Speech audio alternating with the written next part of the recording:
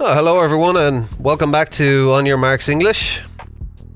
I am Mark and you are you. But yes, welcome back. And I have another video for you today, which is about 7 minutes long, where you can join me on a lovely bike ride through beautiful Hongli in Dongguan City in Guangdong Province in China.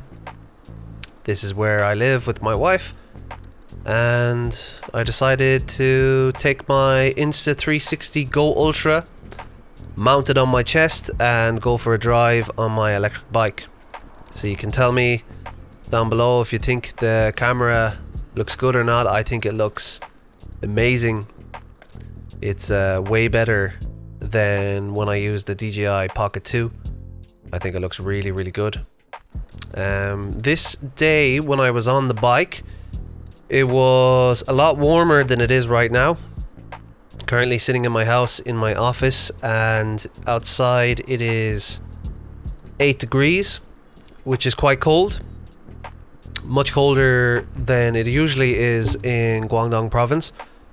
In the summer it can get up to 37 or 38 degrees, also with incredibly high levels of humidity, which makes it even hotter because you can sweat just by sitting still inside. It's a really crazy place.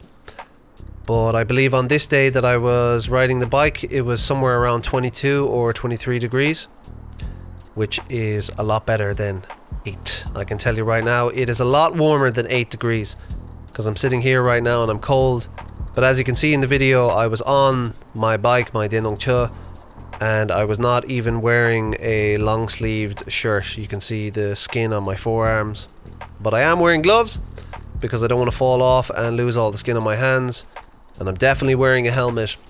And as you can see on the bike, I have mounted a little action camera. Very cheap, bad quality camera, but just to take videos of what's going on, so if I'm ever in an accident, I have proof of what happened. But yeah, how are you guys doing? You can use this video, as I said with the last one, where I was walking my dog, to practice your English listening.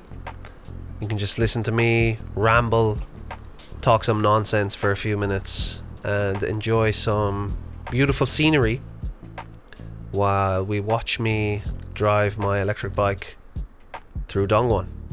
On this day, I was actually on my way to practice for a driving test. No, I did not break a red light. You can see the green man there. I know I'm on the road, but you know, the green man was there. I think we're good. But yeah, on this day, I was on my way to practice for my Kumu San, which is the third driving test, the one on the road. So I did the first one, which is a theory test. I got 98 points.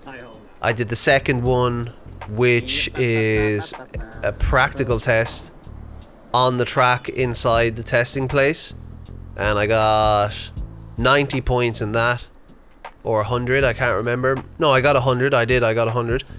And then for the third test, this was, I think, 2 or 3 days before my third test, or maybe a week, I can't really remember. And I passed the third test on my first go, even though I was incredibly nervous. I got 90 points. Somehow, would you believe, when I got in the car, I gave the guy my passport, he checked my ID, I got out, checked, pressed all the buttons around the car as you have to do, got back in the car, put on my seatbelt, made sure everything was good, and I forgot to turn on the car. Somehow. It just sounds impossible. How can you forget to turn on the car? I pressed the brake pedal and I turned the key, and I thought the car was on, but it wasn't. And I remember the guy turned to me, and he must have just thought I was an absolute idiot, because he turned to me, he was like, "Ni ting dao ma? Can you hear the car?" And I couldn't, but I said, yeah, I can. But I was so nervous, I thought he asked me if I could understand. And then they got someone to like kind of have a phone call with me through the car system, and she was like telling me you got to turn on the car, but I couldn't understand. And then I was looking around at everything. I was like, are the lights wrong? The seatbelt, my seat, Is it the handbrake? Is it the gear stick? Is it what? So I said, I'm just going to try and turn on the car again.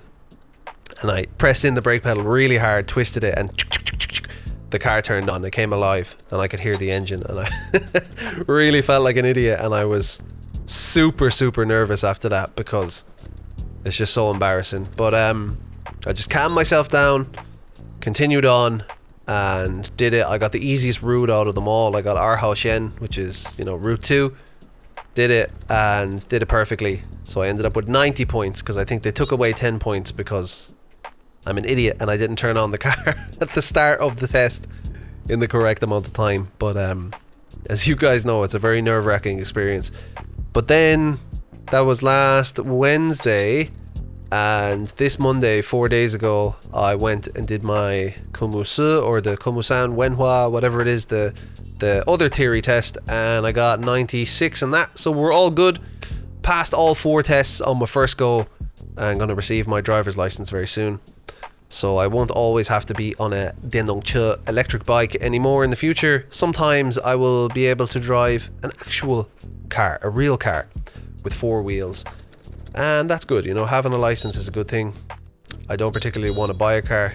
You can see one of our beautiful drivers here failing to use his indicator when he's about to do a U-turn. But of course, as my wife taught me before, she said, just assume everyone is going to do the wrong thing all the time, and then you're going to be safe.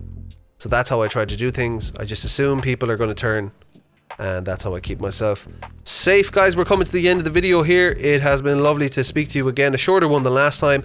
My name is Mark from onyourmarksenglish.com. You can find me there, and you can email me at info@onyourmarksenglish.com. Bye bye, and see you in the next video. Goodbye.